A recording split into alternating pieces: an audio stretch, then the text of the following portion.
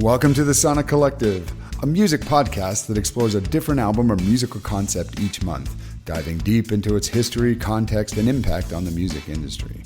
Join our hosts, Alan, Scott, and Darren Scott, that's way too many Scotts, as they share their thoughts, insights, and personal connections to the music, inviting you, the listener, to discover new perspectives and appreciation for some of the greatest albums and music of all time.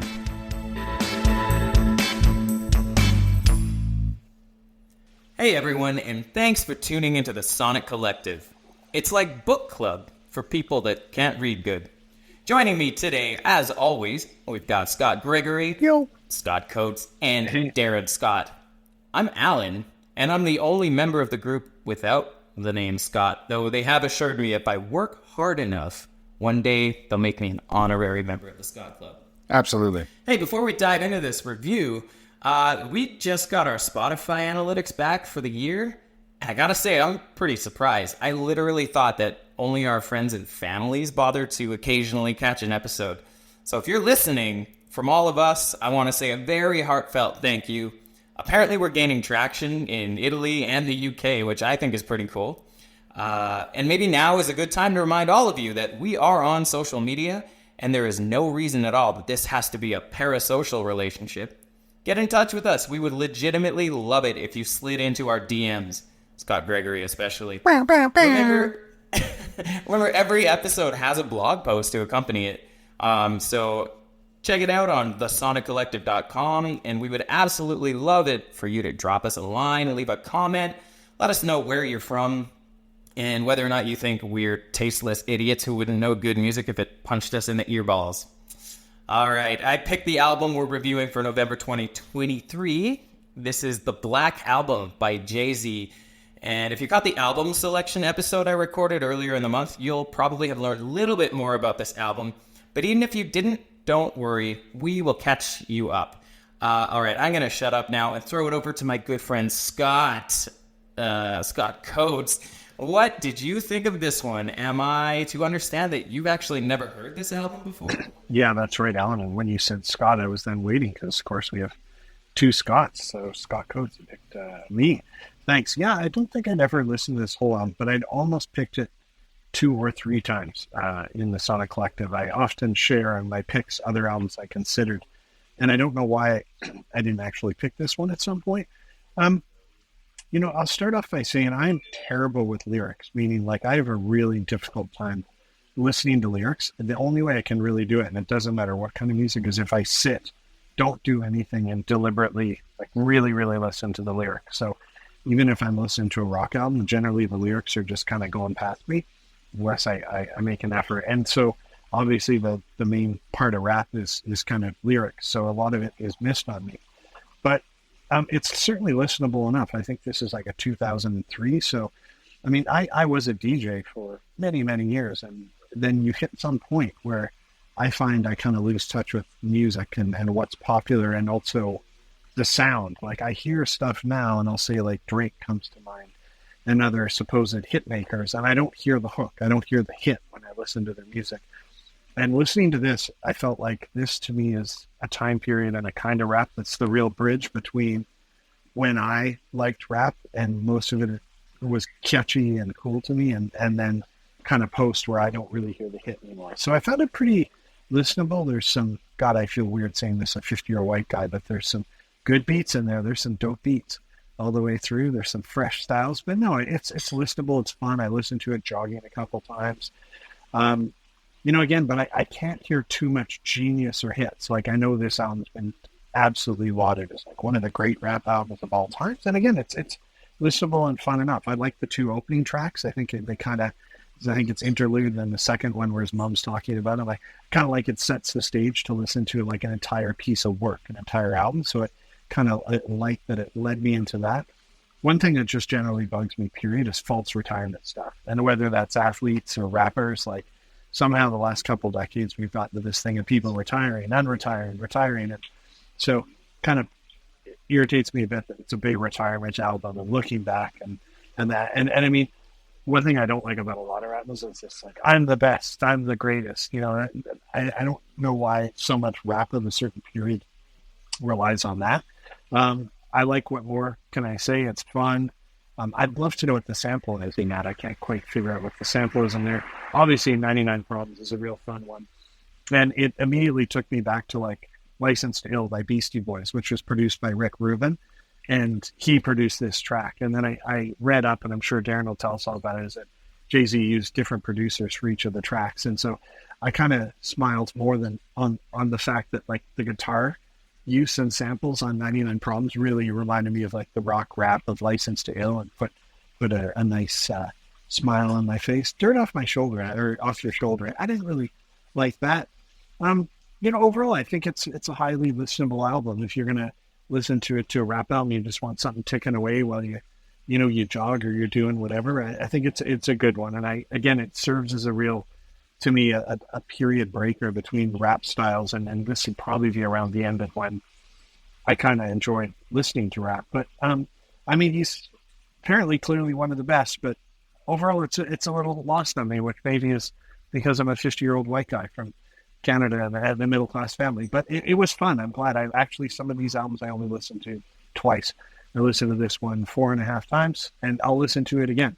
It'll end up being put on again, so I enjoyed it enough. I don't hear the brilliance. I don't hear the mastery in it, but again, it's made me who I am. So over to Darren. Yeah, I echo a lot of what you're saying. It's actually on December 4th here. It is going to be JayZ, Sean Carter's birthday as well. And we were born in the same year, and it was actually just my birthday 2 days ago. So we were birthday buddies. We are both Sagittarius, apparently. So, I was somewhat familiar with this album. I do have to say, I remember his earlier stuff a little bit more. I liked Reasonable Doubt, and then Volume 2 of the JayZ albums. Those were his early ones. I think that was his first and third albums.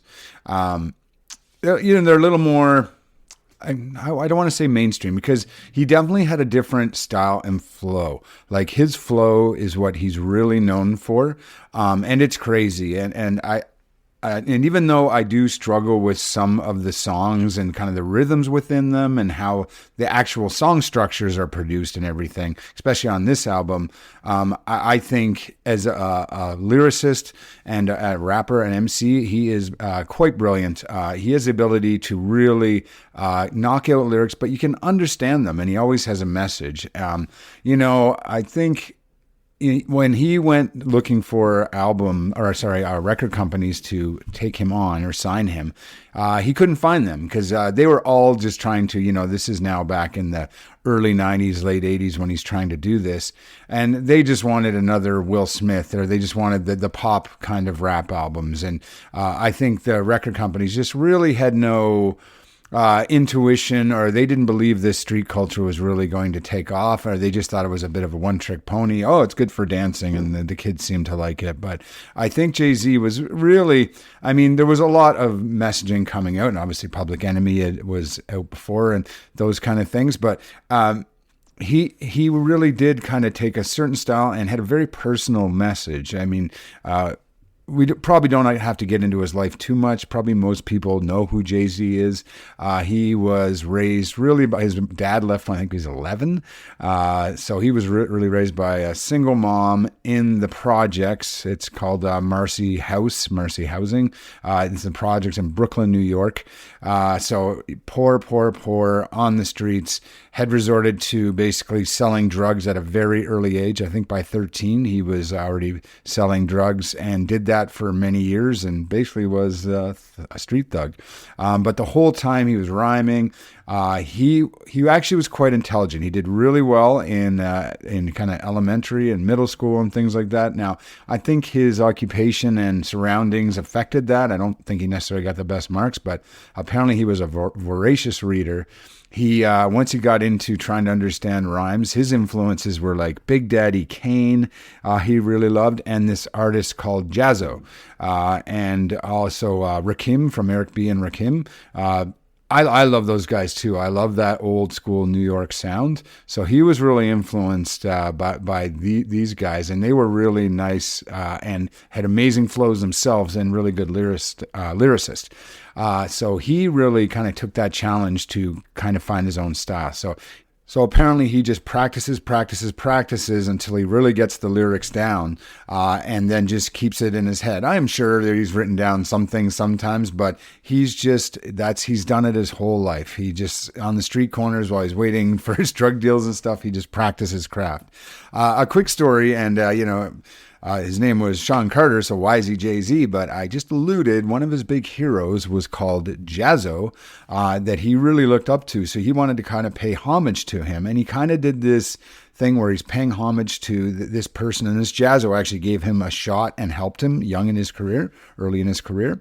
And so that was a big ode to him, but also the trains that head into Brooklyn in his neighborhood and around that Marcy housing were the J and Z trains. There you go. Little knowledge, little tidbit, little factoid there. So the album itself, the Black Album, I do remember coming out. There's some, the big hits on there, Dirt Off Your Shoulders and 99 Problems.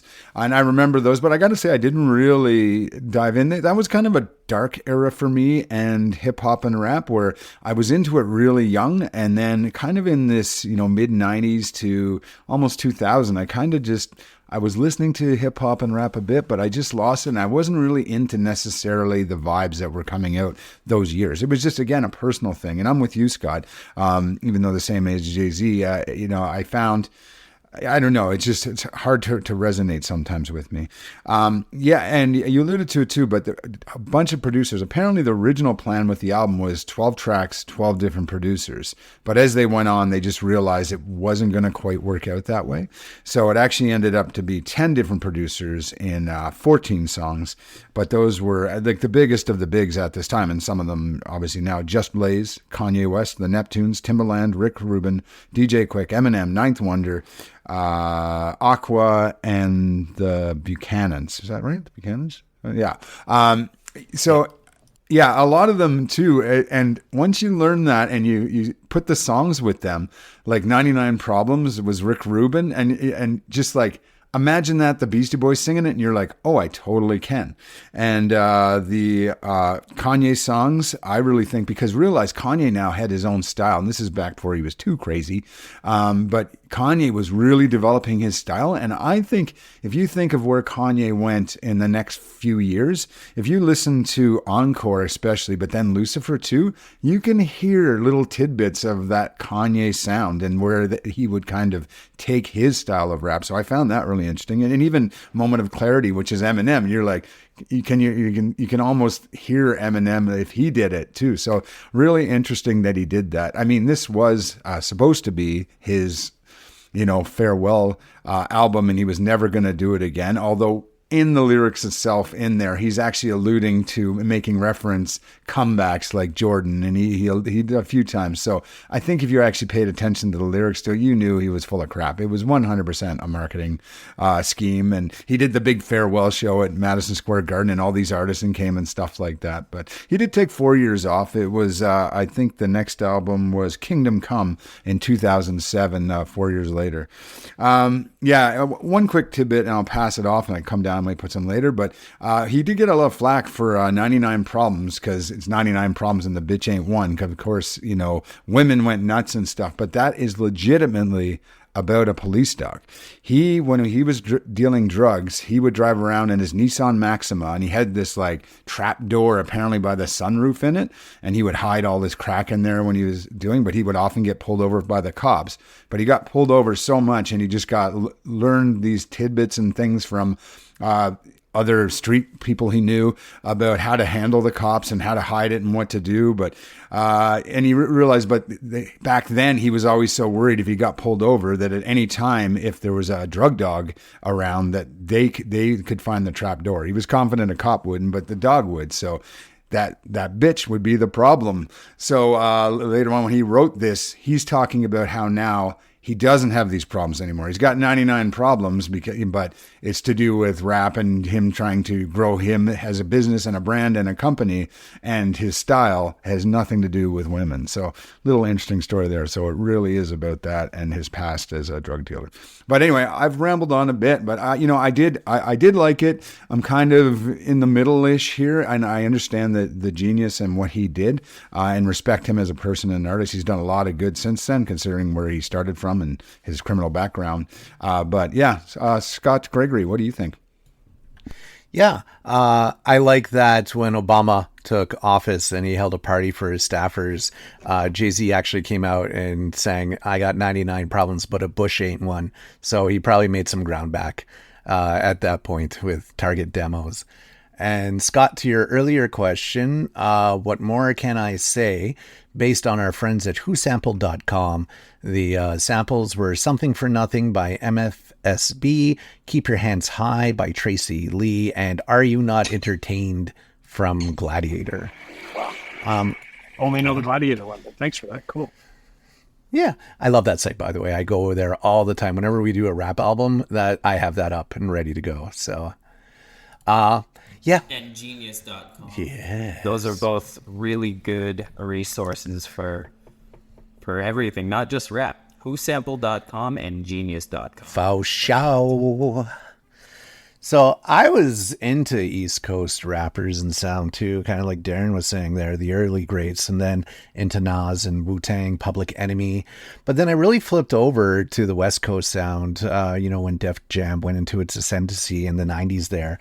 And I know they bought Rockefeller, but right when they bought Rockefeller, DMX also came out, and I went DMX crazy for a while. So I don't know why.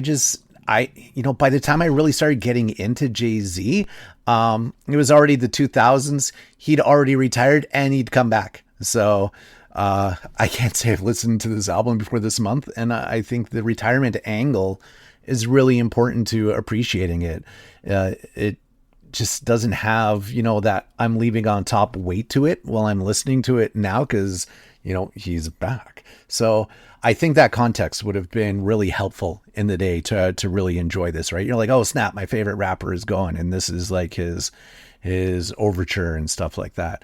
And that being said, I think some of the praise I got might be attributed to the, oh, he's leaving, say something nice mentality that you see at retirements and stuff like that. But this album definitely has a soul to it. You see, he's on a mission here. He's telling his story on the way out the door.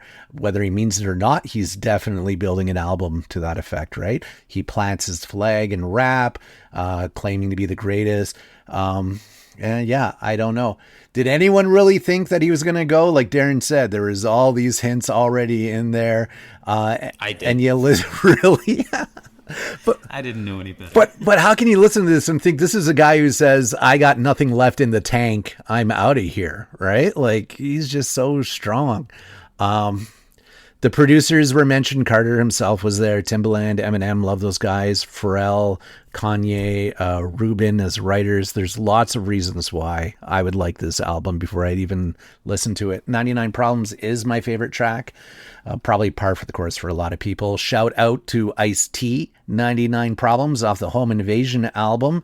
That hook is quite dope, quote unquote, says the 50-year-old white guy.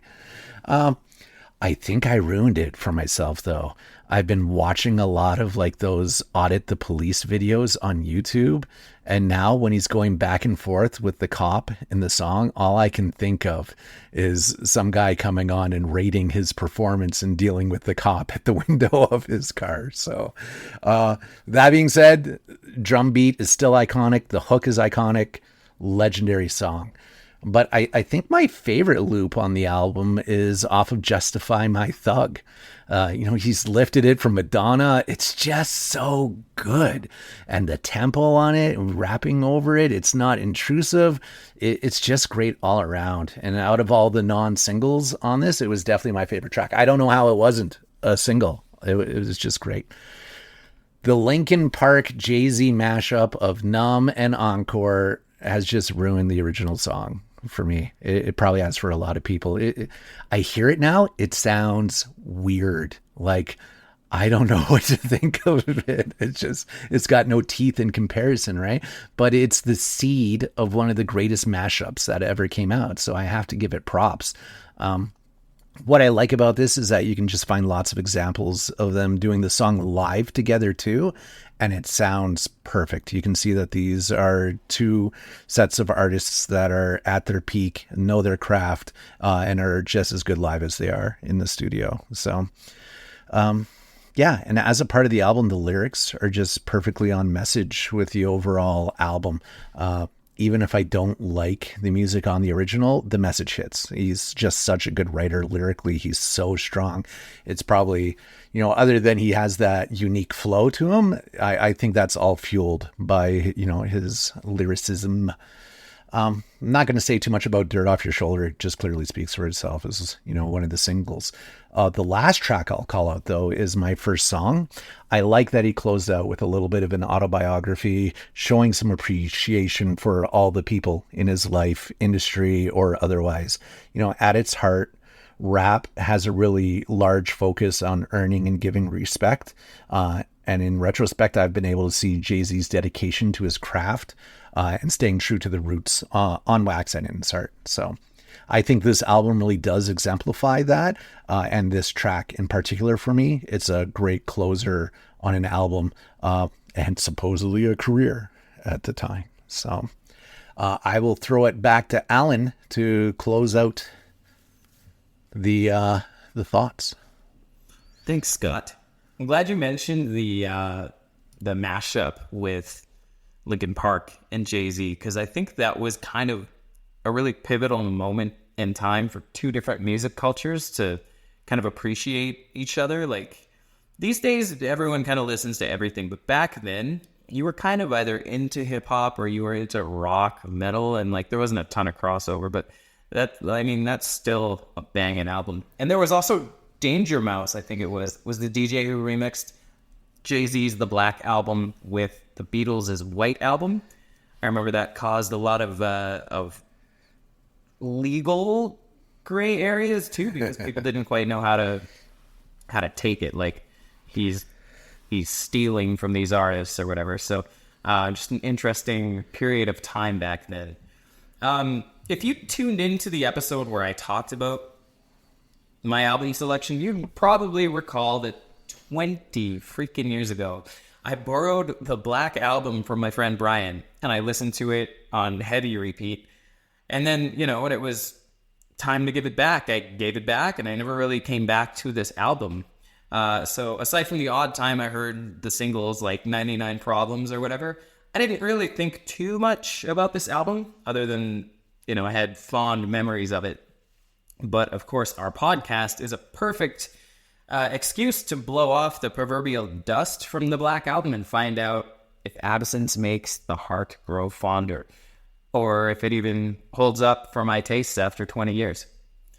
It holds the fuck up, dude. Seriously, like this, I thought this was a masterpiece back then, and I think I just appreciate it so much more today. For me, like back in 2003, I wasn't really big into hip hop. Like when this album came out, I wasn't really into hip hop. So this was kind of the first album I listened to in that genre that I really sort of grew to appreciate. And, being new to the genre, I didn't have a foundational understanding of rap history and hip hop culture and all of that. So, I was a recovering metalhead, let's say. I hadn't hit my rap phase. There are so many callbacks on this album, like not only to JayZ's own discography, but he's making countless references back to old school hip hop and playing off lines from other rappers and just kind of like employing this masterful wordplay that was kind of completely lost to me back then. It flew completely over my head because I did not have the let's say the hip hop repertoire to pull from to appreciate what he was doing there. And I've already kind of shouted them out. Sorry, Scott, to have interjected on me like that. But thanks to sites like genius.com, you can look up any song and really like take a deep dive into each line. And I find that's super helpful with hip hop because there is so much wordplay involved in the art form that you don't necessarily appreciate at surface level. So I'm willing to admit fully my bias here. I mean, I really liked this album. Turns out 19-year-old me had pretty good taste in hip hop. Taste in ladies, not so much, but that's a story for a different podcast. Yeah, I don't know, guys. Like, for me, this is a masterpiece. Obviously, JayZ did not retire. If anything, you could say his star has grown over the last 20 years. But I think his legend status is secure. And even if this album was his swan song and he kind of faded into memory, I think his legacy status would have surely been cemented by this album as a capstone on an already pretty wicked discography. So let's talk about the music for a bit. As you guys all mentioned, every track features a guest producer. And that's so cool because it means there's so much sonic diversity to pull from track to track. So even if one track didn't really, hit it out of the park for you, there's a really good chance that one of the other tracks will. Like, top marks for me go to the song Moment of Clarity, which was produced at least in part by Eminem. And it's got that like dark Dr. Dre inspired production that I personally really gravitate towards. Your mileage may vary. My least favorite song on the album was Change Clothes, which is a Neptunes production. And generally I like the Neptunes, but for whatever reason, I didn't dig this song on the album, which was their first single released. If Darren didn't mention that, I don't remember if he mentioned that. I really love Justify My Thug as well, Scott. I think it's got just a wicked hook. And the Kanye West produced song Lucifer has a catchy ass reggae sample that, to be honest, I haven't been able to get out of my head for the last 20 years. So, yeah, I don't know, guys. Clearly I liked it. Let's get into the scoring. I'll throw it back over to you, Scott Coates. Yeah, I don't want my scorings to reflect that I didn't like this album because I'm very glad I listened to it. And again, I will listen to it again. But I'd say in recommend, I'll give it a 3.5. And mainly the only taint is because it's a retirement album. Again, that's just, be it a football player or a rapper, when people retire and come back shortly after, it just puts a dent in it. But I'll give it a 3.5. Overall, I'll also give it a 3.5. I think it's a solid album. Influence it too, because I don't think it's influenced by taste. I may listen to another JayZ album though, but beyond that, not really inspired to go too much deeper. But it was a very fun listen and good pick, and glad I've experienced it. Yeah, thanks. My scores are pretty close to yours. Quickly, one last factoid, but they estimate now his worth, because of all of the business ventures he took up after. I think really his music's maybe only worth in maybe the hundreds of millions, but all his business, he's worth something like $2.5 billion now. He is the most successful black artist ever in history.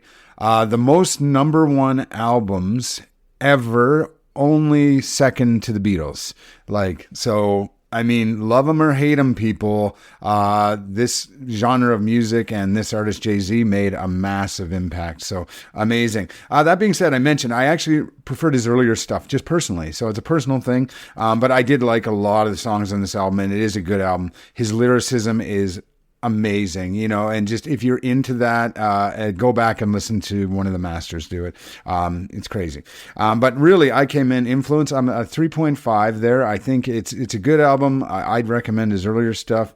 To recommend this album, also a 3.5. I think it's really good, but he's got a lot in there, and it's a good flow. I think this one, because of so many different producers, it can kind of disconnect a little bit if you're listening beginning to end. I just found a little bit for me personally, but dynamite album, 3.5, and that's going to put it overall almost 3.5 across the board. I think lots of people put this at a 5. Just this is more of a personal thing for me, but it is a great album. Thanks for picking that, Alan. Scott Gregory. Yeah, thanks. I really enjoyed this one too. Alan, one thing you said that you got me thinking about is JayZ and Linkin Park, and that it might, make it more accessible to people with those crossovers, and made me think that this might be like Aerosmith, Run DMC for this generation. And I just very quickly looked up top mashups between rap and hip hop, and those are 1 and 2. Run DMC being the first one, right? But then number 3 is Ba with the Ba by Kid Rock. So I don't know how much I can trust A that. classic and a banger, and you do not speak ill of Ba with the Ba. Anyways, so for this album, I will recommend it at a 4. I do take a little bit off because I also don't like the retirement aspect, but I honestly think it was performative from the start. So I don't take too much off of it because of that, right? Influence for me is going to be a 2. I mean, it was there. I was listening to everyone else on the, on the same company with Def Jam and that, and I just never turned to JayZ, and I don't think I will. Here, if anything, I'll go listen to some more DMX again because of this.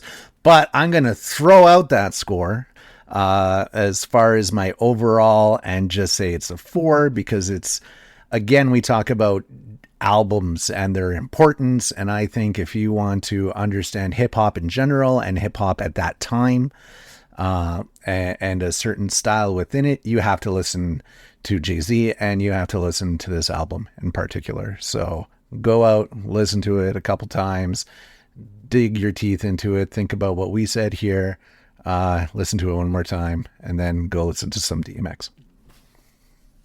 Alan? Oh, next song, give it to you. DMX is dope. Someone should Every time you said the word DMX, that's all I wanted to do as well. I'm glad you did it because I wanted to do that. Yeah. I think I've said pretty much all I need to say about this album. Like, sorry, my bias is showing. I didn't think I'd like it as much as I did 20 years on, to be honest, because like hip hop as a genre has evolved quite a bit since then. I mean, now we're in kind of the mumblecore era, like, mumble rap. So I figured maybe this would come off feeling a little stale. But I mean, honestly, guys, this could have been released last week, and I feel like it would still be, just as modern and impactful, which is kind of cool.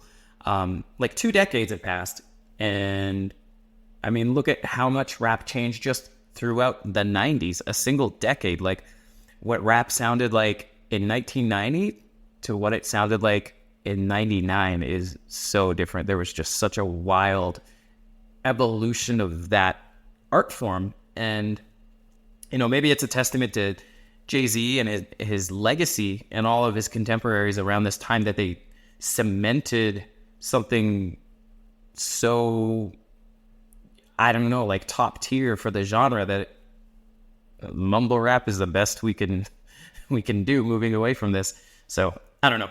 Anyway, this is an amazing album. And even if you aren't a big hip hop fan, I think the range of diversity in each track is going to appeal to someone out there for whatever, it'll fit their taste, right? Maybe 1 or 2 tracks will draw you in.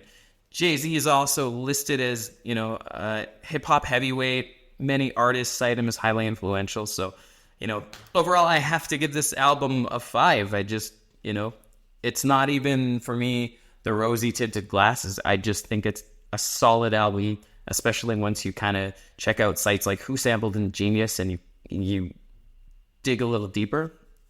Recommend. I'm going to give it a 5 because, again, he and his ilk were super influential. And then lastly, I guess I kind of just said recommend and influence at the same time there. 5 out of 5, the whole thing, 5 out of 5. I think this was a really solid album. I can't remember the last time I gave a 5 out of 5. Doesn't happen often. I think Dr. Dre, The Chronic, got one as well. I think you gave it to a Creed album too, if I remember correctly. I might have done that. I'm slandering you. It's good. Anyway, yeah, it is what it is. It is what it is. Darren, I don't know if you were planning on shouting out a marijuana strain, but I got one here that I can recommend. What do you got? Amnesia Haze by Broken Coast. Oh yeah, it's a gooder. This is not a sponsorship. And we are Canadian, so this is completely legal. Sucks to be you if it's not legal in your particular jurisdiction. But Amnesia Haze is sativa. I have Amnesia Haze over here. All right, Same Scott. company, but the strain is Amnesia Haze. I'm going to hit one tomorrow at the Gen Con Music Festival. Yeah. Please use responsibly. Shout out to Thailand. Scott Gregory, my friend, I believe you are our next selector of the album. I am. Have you got one in mind? I know exactly which one. You three have taken me all over. I bet it's the a decades of the female. genre. Taylor Swift. It is not. You are wrong. Oh Although they do man, have long hair. you're a notorious female picker, which is I like it. I know, right? My my 90s rock soul has taken ascendancy, and we will be listening to Oasis's third best album, 1997's Be Here Now. Why the third best? Why not the best? Right. Yeah. Why is that the third best? Is that Tune in and find out. That's awesome. All right, we look forward to it. Thanks everybody for for sure. Thanks for tuning in to the Sonic Collective. Remember, we are available at thesonic.collective.com, as well as all of the usual social media accounts. We don't really have an Instagram account, though. No. We should look at doing that. If you guys want to see an Instagram account, slide into our DMs on X. X gonna give it to you. Yeah. Throwback shit. I like it. On that note, thank you very much for tuning in, and catch Scott's episode out. next. Hey, thanks for joining us on the Sonic Collective, where we've explored the music, the history, and the impact of some of the greatest albums of all time. We hope you've enjoyed our discussions and gained new insights and appreciation for the music you and we love. Join us next month for another exciting album, and until then, keep listening to great music.